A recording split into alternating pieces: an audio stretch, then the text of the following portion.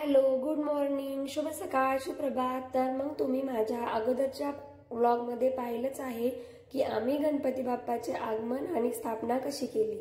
तर आपण या व्लॉगमध्ये पाहूया की आम्ही गणपती बाप्पा घरी आल्याच्या नंतर बाप्पाची पूजा, आरती, घटस्थापना आणि बाकी सर्व तयारी कशी केली। सगळ्यात अगोदर आम्ही बाप्पाची स्थापना केली आणि नंतर मग मी समई तयार करणे, घट वगैरे आणि पूजेला मी काय काय साहित्य घेतले व गणपती बाप्पाची स्थापना आपण कशी करायची पूर्ण पूजा विधी मी तुमच्यासोबत या व्लॉग मध्ये शेअर करणार आहे। जर तुम्हालाही ही माहिती हवी असेल तर माझा व्लॉग शेवटपर्यंत नक्की पहा। तर चला आता आपण पाहूया की मी कशी पूजाची तयारी केली आणि सगळ्यात मेन म्हणजे मी बाप्पांची पूजा कशी केली। तर त्यासाठी आपण पाहूया की काय काय साहित्य अगोदर ताटामध्ये घ्यायचे आहे। तर फुलं घ्यायचे, लाल, पिवळी, आगाडा घ्यायची, दुर्वा घ्यायचा, गणपती बाप्पासाठी आणलेला हार, नंतर आपण घेऊया दिवा लावण्यासाठी वाती, हळदी, कुमकुम, काळी पेटी घ्यायची, गुलाल घ्यायचा बाप्पांसाठी, हळदी कुमकुम, अक्षता घ्यायच्या तांदळाच्या, परत थोडंसं कुंकू काढून घ्यायचं ओलं करून घटाला स्वस्तिक काढण्यासाठी, काही फळं घ्यायचे आपल्याला जेवढे भेटतील तेवढे, ऍपल, पेरू वगैरे, नारळ घ्यायचा एक घट बांधण्यासाठी। एवढं साहित्य आपण घेऊयात। चला तर मग आता आपण घट बांधायला चालू करू। सगळ्यात अगोदर आपण अक्षदानी मस्त स्वस्तिक काढून घ्यायचा। अशा प्रकारे सुंदर असा स्वस्तिक काढून झाला की आपण त्यावर हळदी कुंकू वाहून घेऊयात। घटाच्या खाली कधीही स्वस्तिक काढूनच त्यावर घट बसवायचा। नंतर आपण त्या घटाच्या पाण्यामध्ये हळदी, कुंकुम, 1 रुपयाचं नाणं, फूल आणि सुपारी एवढं साहित्य आपण घटामध्ये टाकूयात। आता जर तुम्हाला आंब्याची पानं भेटली तर आंब्याच्या पानांनी किंवा विड्याची पानं लावून घटस्थापना करून घेऊयात। त्यापूर्वी तांब्यावर एक स्वस्तिक काढायचा, दोन्ही बाजूनी 2-2 रेषा द्यायच्या आणि नारळावरही सेम स्वस्तिक काढून घ्यायचा।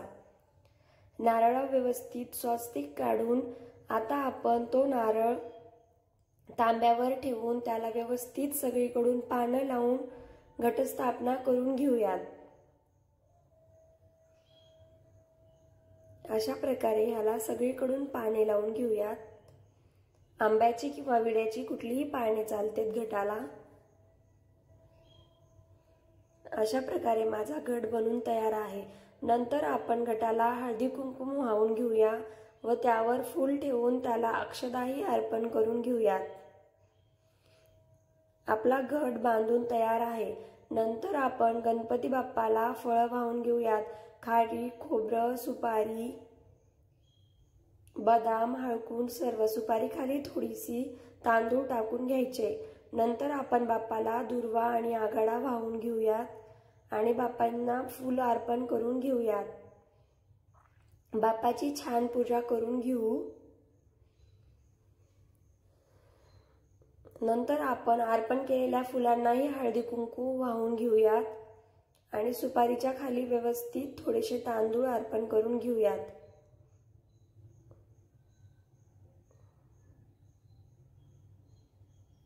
अशा प्रकारे बाप्पाची पूजा आपण करून घेऊयात।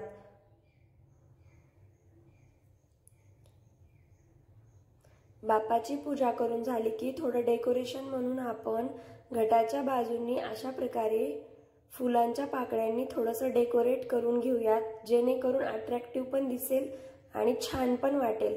बाप्पा घरी आले की डेकोरेशन जितकं करीन तेवढं आपल्यालाही प्रसन्न वाटतं आणि छानही वाटतं, त्यामुळे होईल तेवढं डेकोरेशन आपण करू शकतो। घटाला डेकोरेशन करणं झालं की आता आपण समईमध्ये तेल टाकूयात, वाती ठेवूयात आणि त्यातलं तेल खाली पडू नये म्हणून त्याखाली एक प्लेट ठेवूयात आणि आता समईलाही आपण हळदी कुंकुम अर्पण करून घेऊ। समईला आता लावून ठेवूया। ही बाप्पाला लावलेली समई 10 दिवस अजिबात विझू द्यायची नाही। यामध्ये सारखं तेल टाकत राहिलं तर समई विझणार नाही। आता आपण समईलाही थोडं फुलाच्या पाकळ्यांनी छान असं डेकोरेट करून घेऊया। अशा प्रकारे मी ही समई डेकोरेट करून घेतली।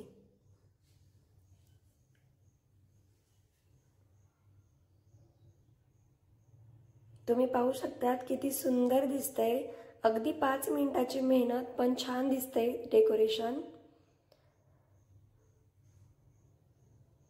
अशा प्रकारे मी घट आणि समईची स्थापना करून घेतली। आता आपण जिथं ॲडजस्ट होईल, म्हणजे ज्यानुसार आपलं डेकोरेशन आहे जिथे ॲडजस्ट होतील अशा प्रमाणे बाप्पाला फळं अर्पण करून घेऊयात। पूर्ण फळं अर्पण करून घ्यायचे। नंतर आपण जी फराळाचं बनवलं आहे ते बाप्पांना अर्पण करून घ्यायचं।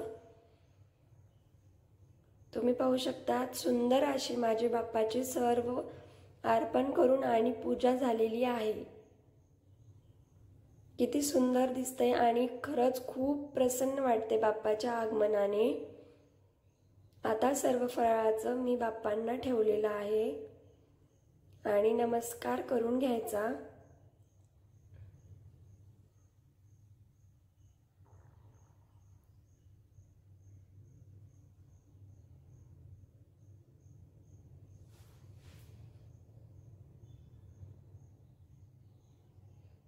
अजून काही भरभरून फुले वगैरे तुम्हाला ठेवायचे असेल तर तुम्ही ठेवू शकतात, पण माझं असं सिंपल आणि सुंदर असं बाप्पाचं डेकोरेशन होतं आणि अशी माझी बाप्पांची पूजा झाली होती।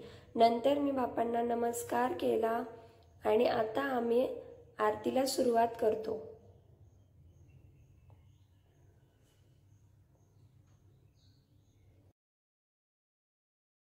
अगोदर आमच्या श्लोकनेही बाप्पाची छान पूजा केली, आरती केली, बाप्पांना फूल वगैरे वाहून घेतलं। मुलांना थोडं सांगायला लागतं, पण करतात ते जसं म्हटलं तसं। त्यांनीही बाप्पाला छान असं फूल वाहून घेतलं आणि थोडा वेळ त्यांनी दर्शन घेतलं। मुलांचं कसं असतं, लगेच फराळाचं त्यांना उचलायचं असतं। परत नमस्कार करून घेतला श्लोकनीही आणि नंतर मग आम्ही दोघांनी गणपती बाप्पांची आरती करून घेतली। बाप्पाची छान अशी आरती करून घेतली।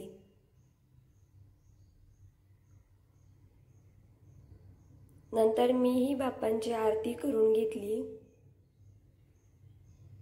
व अशा प्रकारे आम्ही आमची बाप्पाची पूजा वगैरे करून घेतली। घरी बाप्पा आल्याच्या नंतर घट कसा बसवायचा व दिवा वगैरे आरती हे सर्व आपण अशा प्रकारे करायचं। माझी ही अगदी सिंपल आणि कमी वेळात होणाऱ्या डेकोरेशनची लिंक जर तुम्हाला हवी असेल तर कमेंट करून नक्की सांगा। नंतर आम्ही थोडा वेळ फोटोशूट केला, थोडंसं बाहेर फोटोज वगैरे काढले। बायकांना रेडी झालं की फोटो काढायला आवडतेच, तसंच आम्हीही दोघांनी आणि श्लोकनी आम्ही भरपूर फोटो काढले। आणि चला मग आता खूप भूक लागलेली आहे, तसंच बाप्पांनाही पुरणपोळीचा नैवेद्य दाखवायचा आहे। तर मग आता मी तुम्हाला दाखवते की मी बाप्पांसाठी पुरणपोळीमध्ये काय काय बनवलं आहे व मी तो स्वयंपाक कसा बनवला। सगळं मी सकाळीच बनवलं होतं, सकाळी लवकर उठून, तसं थोडी घाईघाई झाली पण झालं सगळं वेळेत। आमच्या बाप्पाची स्थापना पण वेळेतच झालेली होती। अशा प्रकारे आमचा काहीसा डेकोरेशनचा व बाप्पांचा फायनल लुक होता। तर कशी वाटली आमचे गणपती बाप्पांचं डेकोरेशन कमेंट करून नक्की सांगा।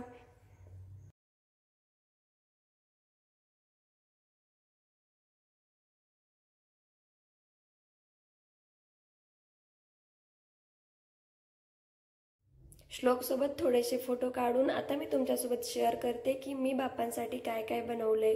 कढी बनवली, आमटी, पोळ्यांसोबत खाण्यासाठी आळण बनवलं, भजी, पापड आणि भात, एवढे पदार्थ मी बाप्पांच्या नैवेद्यासाठी बनवले आहेत। तर चला मग आता आपण मस्त बाप्पांसाठी ताट तयार करून घेऊयात आणि बाप्पांना नैवेद्य दाखवून घेऊन आपण पण जेवण करूयात। ताटामध्ये कढी, आमटी, भात, भजी, पापड आणि मस्त म्हणजे पुरणाची पोळी हे सर्व आपण ताटामध्ये सर्व करूया आणि आपल्या मस्त गणपती बाप्पांना हा पुरणपोळीचा नैवेद्य आपण दाखवून आपणही जेवण करून घेऊयात। तर मग कशी वाटली माझी गणपती बाप्पांचा नैवेद्य, बाकी सर्व फराळाचं डेकोरेशन्स आणि आमचं पूजेचं साहित्य वगैरे कमेंट करून नक्की कळवा। आणि माझं काही चुकलं असेल तर कमेंट करून नक्की सांगा. व्हिडिओ आवडला असेल तर व्हिडिओला लाईक, कमेंट, शेअर आणि माझ्या चॅनलला सबस्क्राईब करायला विसरू नका. आणखी भेटूयात अशाच नवनवीन व्हिडिओसोबत. जर कोणी माझा पार्ट फर्स्ट पाहिला नसेल बापांच्या आगमनाचा तर माझ्या चॅनलमध्ये आहे, तुम्ही पाहू शकतात. आणखी तुम्हाला नवनवीन रेसिपीज हव्या असतील तर माझ्या चॅनलमध्ये नक्की पहा. मोदकाचे पण व्हिडिओ पाहिजे असतील तर ते पण तुम्हाला माझ्या चॅनलमध्ये भेटून जातील. पुन्हा भेटूया अशाच नवीन रेसिपीज, नवीन व्लॉग आणि नवीन गोष्टींसोबत. Bye bye.